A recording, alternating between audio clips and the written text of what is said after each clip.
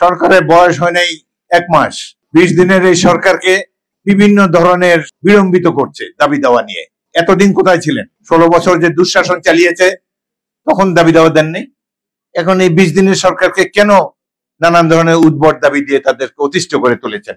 দুদিন আগে আনসার বাহিনী, তারা সেনাবাহিনী এবং এই উপদেষ্টা পরিষদের সদস্য, তারা সেক্রেটারিয়েট, সচিবালয় এবং উপদেষ্টাদেরকে ঘেরাও করে রেখেছে। এটি কোনো আনসার বাহিনী নয়। আওয়ামী লীগের সরকার 42,000 ক্যাডারকে আনসারের পোশাক পরিয়ে আনসার বাহিনীতে ভর্তি করেছে। তাদেরকে প্রাক্তন সৈনিকেরা, বিডিআর এবং অন্যান্য বাহিনী থেকে ট্রেনিং দেওয়া হয়েছে। পুলিশ বাহিনীকে যে অস্ত্র দেওয়া হয়েছে, সামরিক বাহিনীর কাছে ওই অস্ত্র। তারা মেশিন গান, বাংলাদেশের মানুষকে মারবে পুলিশ বাহিনী মেশিন গান দিয়ে।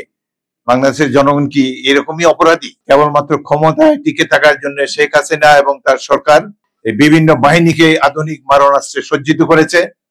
ইসরায়েল থেকে তারা বেতার সেট এবং অন্যান্য আড়ি পাতার যন্ত্র এনেছে। ভারত থেকে কিনে অস্ত্র যেগুলা 1 সপ্তাহ টিকবে না। অর্ডিন্যান্সে সেনাবাহিনীর জন্য যেসব অস্ত্রশস্ত্র কেনা হয় নগদ ডলারে, এগুলো অধিকাংশই বাতিল মাল। আমাদের যদি অস্ত্র কিনতে হয় উন্নত দেশ, আমেরিকা থেকে কিনবো, রাশিয়া থেকে কিনবো, যুদ্ধের এক্সপেরিয়েন্স যাদের আছে, যাদের সেই শিল্প সমূহ আছে, সেই ধরনের সোর্স থেকে আমরা বাংলাদেশ সেনাবাহিনী, বিমান বাহিনী, সামরিক বাহিনীর জন্য অস্ত্র আমরা আনবো। কিন্তু এই আমাদের দেশ রক্ষা খাতে ব্যবসায়ীদের আর উৎপাত দেখতে চাই না। সামরিক বাহিনী বাংলাদেশের জনগণের আশা ভরসার শেষ স্থল। জনগণের অত্যন্ত প্রিয় এই বাহিনী, যারা মুক্তিযুদ্ধের মাধ্যমে গড়ে উঠেছে। কিন্তু এই বাহিনীকে অচল করে দিয়ে গেছে শেখ হাসিনা। মিয়ানমার এসে গুলি করে আমাদের সীমান্তে উকিয়াতে মানুষ মেরে চলে যায়। কই বিমান বাহিনী তো কোনো প্রতিবাদ করেনি। আমাদের তো হেলিকপ্টার আছে, তারা তো আরাকানে গিয়ে ওখানে 10 জনকে হত্যা করে আমাদের তাদের এই আগ্রাসনের জবাব দিতে পারেনি। এই সেনাবাহিনী খালি ব্রিজ বানাবে আর বন্যার্থদের সাহায্য করবে। তাদের মিলিটারি ট্রেনিং এর কি অবস্থা?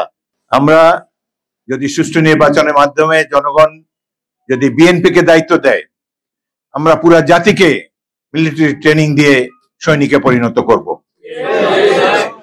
কোন প্রতিবেশী রাষ্ট্র যাতে আমাদের দিকে রক্তচক্ষু না দেখাতে পারে, আমরা যাতে কারো আগ্রাসনের শিকার না হই, সেই জন্য আমরা সিটিজেন আর্মি গড়ে তুলব। ছাত্ররা বছরে 2 মাস ট্রেনিং দিয়ে, বেসিক সামরিক ট্রেনিং দিয়ে, তারপর আবার ছুটি শেষ হলে আবার যে শিক্ষা প্রতিষ্ঠানে গিয়ে পড়াশোনা করবে। আমরা উন্নয়নশীল রাষ্ট্র, আমাদের আগ্রাসী কোনো পরিকল্পনা নাই। আমাদের প্রধান সংগ্রাম হলো দেশের মানুষের জীবনে স্বাচ্ছন্দ্য আনা। আমরা চাই, আমরা যারা শহীদ জিয়ার অনুসারী, আমরা সাধারণ মানুষের পাশে সকল সংগ্রামে থাকব, সাধারণ মানুষের জীবন মান উন্নয়নের জন্য উদ্যোগ গ্রহণ করব।